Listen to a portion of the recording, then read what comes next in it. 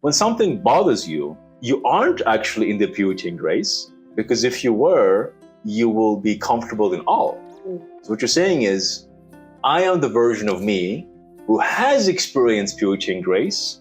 I have chosen to identify with purity and grace, and I don't want to experience something else. When you see things as they are, you can have an experience, an expression of healing.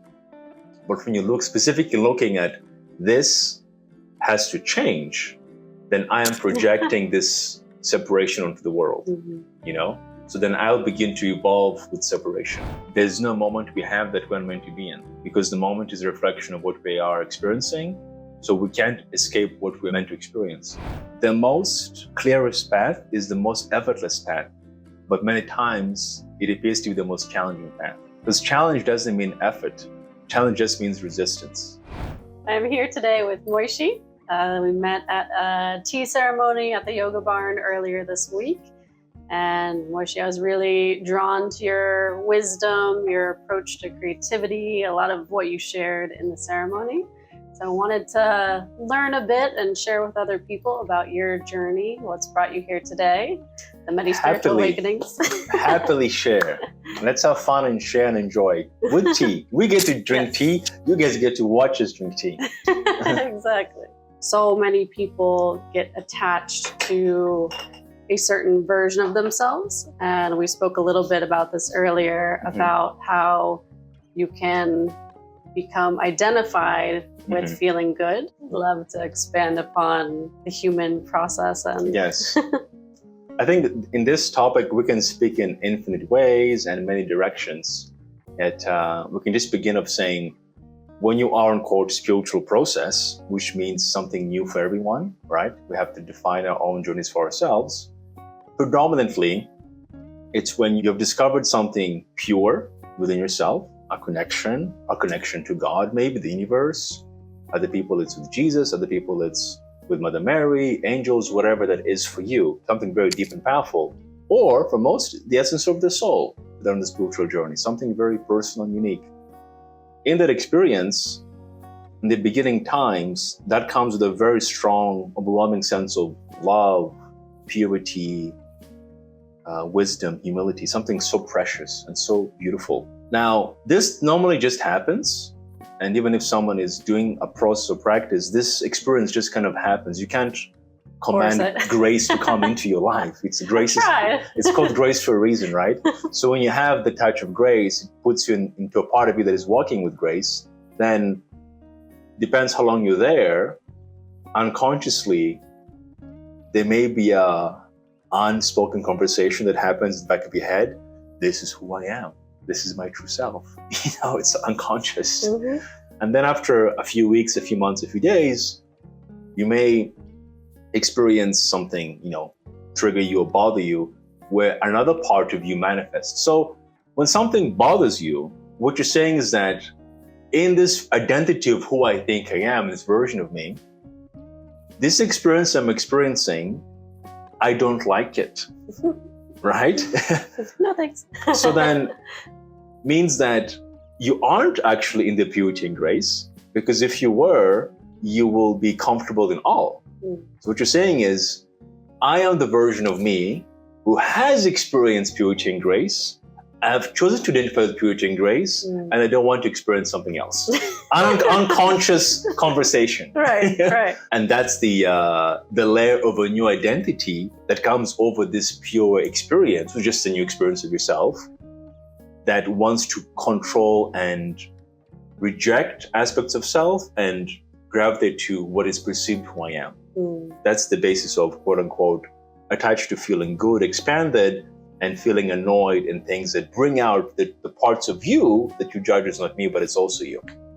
And you've seen that in people's healing journey and also in other healers, no? Where you say they kind of grab onto the 1% of who they are in that experience? Or how would you describe that? Yes. In this example is, for example, if you are on a healing journey or once again, you touch with the divine self, you're multidimensional, meaning you have different parts of your being. But when you're touched with this pure part of you and you're living life, the other parts of you are also there and they also need to evolve. They're also you. It's like saying, I talk about this in my book in a very short poem about like a rainbow. Let's say you have a 7-colored rainbow. Each rainbow has a color. When someone has this preference to them, it doesn't matter spiritual and spiritual. It doesn't matter what you could just be working on Wall Street, or you could just be working in the countryside. It doesn't matter what your situation is. When you just who you are who you are, right? However, when you have some kind of awakening, means you're consciously aware of something new, something other than who you've always been. That's a different thing altogether. Because you aren't just who you are your whole life. Oh, this is who I've been. Oh, what the hell is this?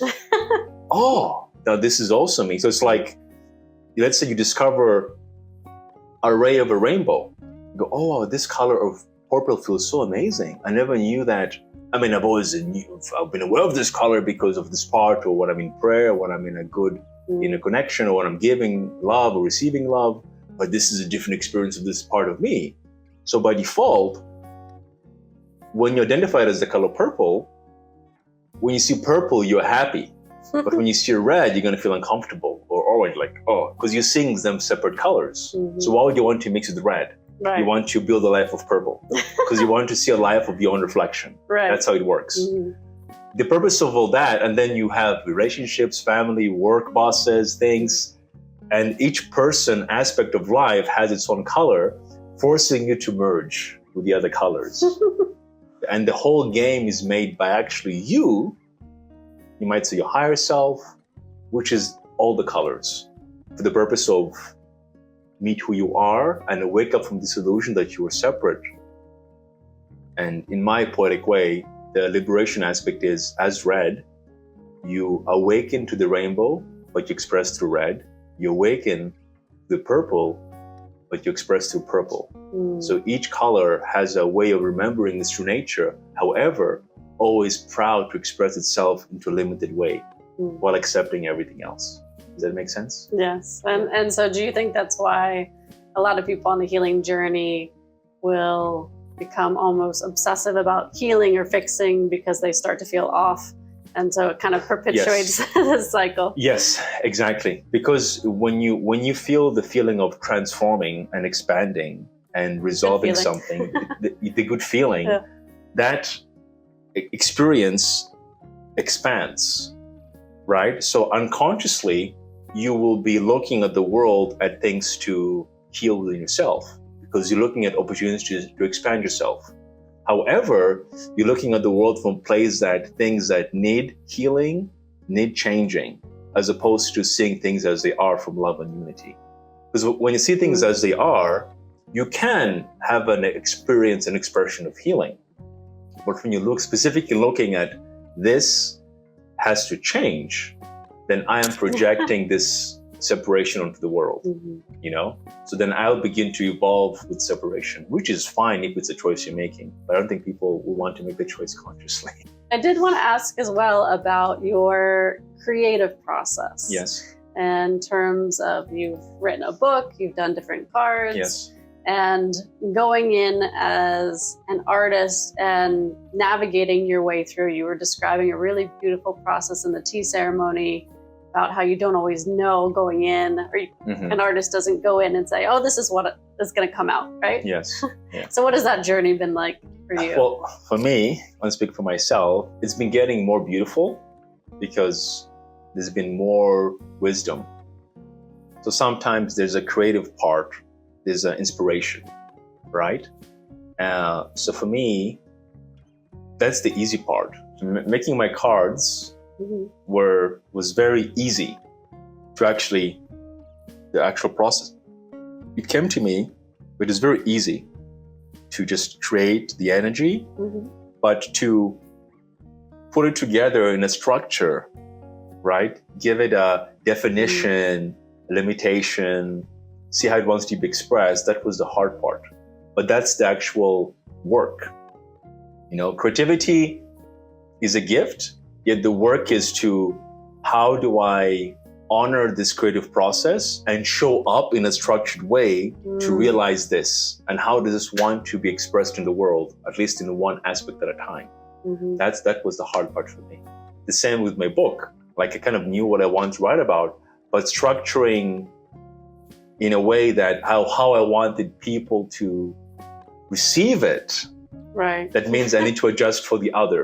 That was a challenge in my language, in the structure, but if I just wrote for myself, it would be maybe a bit more chaotic and maybe a bit more difficult to grasp. But if I'm having the other in my heart, in my mind, that's the work.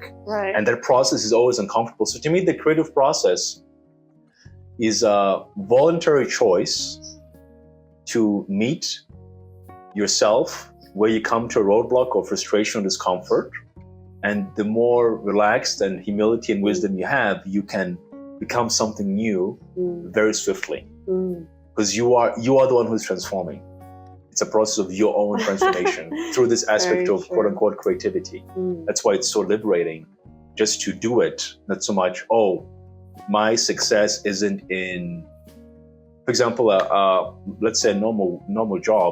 Getting paid at the end of the month or the fortnight is very important.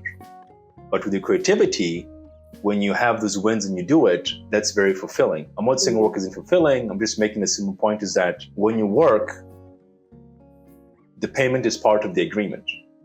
But in creativity, there's no guarantee. No agreement.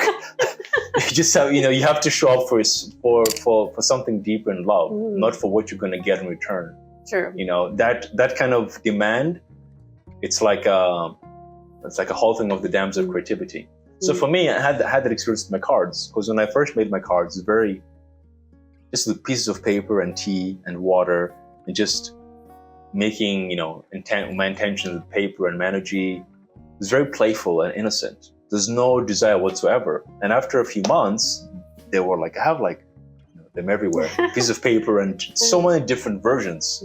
Yet every time I wanted to, let me make a structured, how do I make this as a product? And my head will hurt. I get annoyed because I am trying to give it a meaning.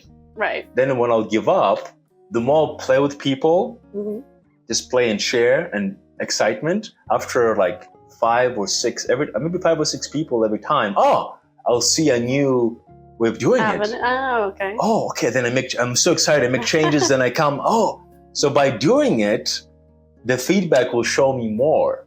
So by constantly playing the game with people and sharing with people, it evolved through the doing and the expression of it, and then the structure came as a result of doing. I didn't have, this is how it looked like. I never had. Some people have that, it's great. But my journey has always been about do what has to be done now. And when you don't have anything come in, don't force it. I was going to ask, what do you give it advice for other creatives when they hit that roadblock to kind of take a moment to step back? I think it depends on the roadblock. It depends how you're defining it. It depends what you're doing, right? But I guess no matter what aspect it is, when you feel you have a roadblock or things are a bit, clunky and stuck, that's 100% process internally that you can do. You go, oh wow, this what I've done has led me to this feeling of limitation inside. Can I relax into this limitation and accept it in myself? Or what identities or what aspects in me are uncomfortable, and what are they? So you use your creative process as the healing process. Always self-work. It's the same thing. Yeah. It's always like that. Then the creative process from that point forward becomes much more harmonious. It just becomes like a pattern of, I have to manage my blocks, I can actually just change how it doesn't have to be that way. I work with a lot of entrepreneurs kind of on bumping up against those fears, limitations. I really enjoy how you're describing it. And same thing in the creative process, the outer world will show you the inner work when you run into those frustrations. I really found what's great is to show up no matter what. That's probably a big thing. Let's say, even though there's an obstacle, let me move. Because I think the moment is calling move, but move in a new way. I know it's very metaphorical. So don't try to go away and hope it goes away. Just be present and show up for it. As often as you can, or if you have a schedule, show up for that. And no matter what you do to move that even a needle forward, that's all it's being asked. Right. Yeah, just move. You do whatever you want with it, but just move. So in my book, for example, some chapters I was writing and I couldn't, it felt so uncomfortable. Then how am I going to put this together? Like, so then that feeling, I'm trying to mentally hold the whole thing, so it's annoying. But once you just relax and, okay, let me just start with, just one theme. Let me just write that. Okay, as I'm writing this one paragraph or one specific topic, that because I've let go of what I need to know of the whole picture, by just sharing the one aspect, that creates motion and freedom. And this freedom, of course, brings more freedom. Then gives a new route that I never expected, because guess what? If I'm creating something new, I'll have to meet new parts of myself as well. So what better way than to just address one aspect at a time? Or you're saying, what I'm picturing is kind of the body and the energetic system. When you move one thing, it's all interconnected, so the whole thing shifts. So even in writing like a theme, it's still the entirety of the book coming through, like in those small steps. I think sometimes when we think of small steps, we don't imagine that it's bringing the whole system, the whole mechanism. Exactly. It's exactly right. It's like a weird, for me at least, expectation of it has to be this or not. But this small thing isn't useful. True. But that's the way to go. That's the way to go, literally one step at a time. Yeah. And I think so many people, like what you're saying, run into, I know it's happened to me before, run into roadblocks, and then it's like, oh, I'm not meant to do it. Instead of let's commit and do it, let's veer to the right a little bit, or, move more in the flow. I think as a creative person, I'm sure creatives can understand, maybe agree as well, is that when something is finished or not. You have this feeling. And for me, I personally like to be in the energy as intensely as I can, so I can complete it. However, the completion is simply a reflection of emerging of that part within myself. That's all it is. Then when the work is done, you are your work. That's how I see it. In the process, you are actually merging with yourself through your process. And when it's complete, you are complete. And this is just a reflection of your new sense of self, new unity. Yeah. So it's kind of like a new version of yourself is born every time you create? Yes. And the process of creating is you merging different parts of yourself together. Oh, beautiful. Yeah. So how do you, in your kind of process, view stepping more into wholeness in terms of best practices you've seen, wisdom you would give to someone on a similar path who's trying to embrace more and more parts of themselves? Creative, maybe not, but just kind of what has been helpful in your practice and connecting with your heart, with your spirit? Beautiful. I think I'll just share the three things. I do share them in my book, but these three things I first had, because over the years, have been changing a lot, like we all have. Yet the last 2.5 years, I noticed there were three things that were unchanging. Because I have a lot of writings, but because I'm constantly changing, what I was sharing became obsolete. But these three things tend to be unchanging. And the first thing is awareness. What does it mean? It means presence. It's like the I am, the present you. Because no matter what's going on, when you are in yourself as just as presence, and you are in the space of presence, you might say the space beyond identity, or you might say when you identify as presence and watch all the other versions of you, that's when you can see as clearly as possible. From presence, the second thing is honesty. And honesty comes with acceptance. What is happening in your reality? What is the truth? How do you really feel? How do you really see the world from these eyes? It's very, very simple. It's not like how you want to see the world. What is the truth in this moment? Right. That is the you that is being called to be honest with. Not what you want, but who you actually are. And this is the hardest part. Because in honesty, we accept who we are, but it doesn't mean that's who you're supposed to be. But you can acknowledge the truth that you're experiencing, but you don't have to be identified with it. And after that acknowledgement, expression. What do I want to do about this? Do I want to understand this part of myself that I'm feeling? or this pattern has been manifesting my whole life, I don't know what to do with it. Do I want to learn this and release and evolve this? Or the other side, people have the same on the other side. They feel this deep fire and passion that they keep suppressing. You know, they feel this impulses and they go, no, it's not the time yet. Who's a good time for that? That's the same. Can you be honest with that feeling and express? So in a very simple way, you're going to be multiplying and being bold and expressing your truth in your heart, or you'll be bold enough to feel and almost taking to death the old parts of you, or disidentifying with parts of yourself. That's simple. And in terms of daily practices, is there anything that you do to keep that connection and awareness throughout the day? So once again, this is a very great question. There's a difference in, for example, we take showers to be clean, right? Because we enjoy being clean. We don't have to take showers as people. I know some people out there don't take showers. I love taking showers, 2 times a day in Bali, it's warm, so take showers as often, right? It's nice that people take showers. Right? I'm happy about that too, right? But however, if you take a shower because you think you have to take a shower every day, then that becomes like a chore, almost like a fear. What if I don't take a shower? That's kind of how I see people have with practices. Oh, I like that. If your practice makes you feel better, that's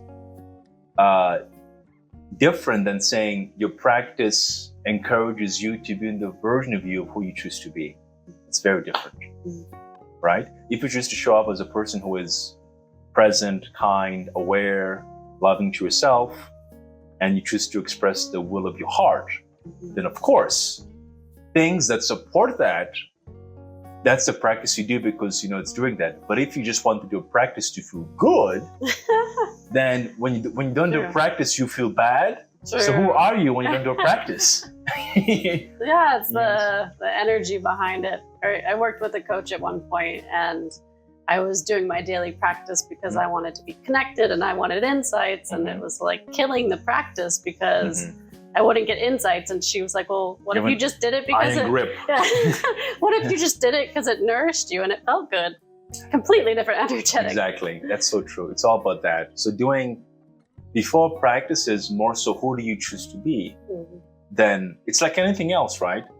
If I want to be more athletic, and then I will choose, there's so many ways to exercise the body for that. So many ways, especially now. Choose one you like. Yeah, do one that you're curious about, inspires you. However, without proper structure and discipline, you won't get much results. This comes back to that. So I'm a big advocate on setting plans. So depending on the will that is relevant in my life, I will have a schedule and structure to thrive in that. And eventually that will come to an end. It'll become something new. So what does it mean? If someone has a will, I want to be more connected to myself. You have to define what that is first. Without definition, and you're looking for something that you don't know what exists, it's absurd. What does that even mean? How can you be connected more than who you actually are? But if you say, I want to be able to be more comfortable with who I am and more comfortably acknowledge the truth in my being, in my mind, body, and emotions, that's very empowering. See the language? Because you're defining what it is and it's already there, and then your mind will begin to be creative. But you say, I just want to be more connected to myself and to life, and what does that even mean? Right? Because without that conversation, it's something you and outside of you. And you are hoping that, because sometimes you practice, I feel this energy, I feel so peaceful. Other times, I didn't feel that. So you literally in the dark. You don't have any control or power in this experience, But if you say, okay, I know that when my mind is more present and calm, I am more connected to myself. I feel more of my intuition. I am more energetic. I'm not as lazy. Okay, what practices help calm my mind? See that? It's very different. You said, okay, I'm going to wake up every day and do a basic meditation, observe my body, observe my breath, feel my heart for 20 minutes every day and see how that goes for 1 month. That's practice. Right. Because after 1 month, you will have data. So I'm all about doing practices for a timeline. Because when you have a timeline, the personality or the ego feels secure in that. But just doing things endlessly without a time to refer and to reflect becomes like a chain, becomes a bit like a prison. Because you have freedom to re-choose. If you say, okay, I have a month to do this, then you can, but it's not like... It's more when you do a month, you feel you want to show up more because it's finite. You have a limited time to do it. So you have motivation to show up for it. So that's why, if you have a look at athletes in the world, they all have programs, but every program is going to be different, and it's always going to have a timeline because you need to review things, right? This is the goal of the program.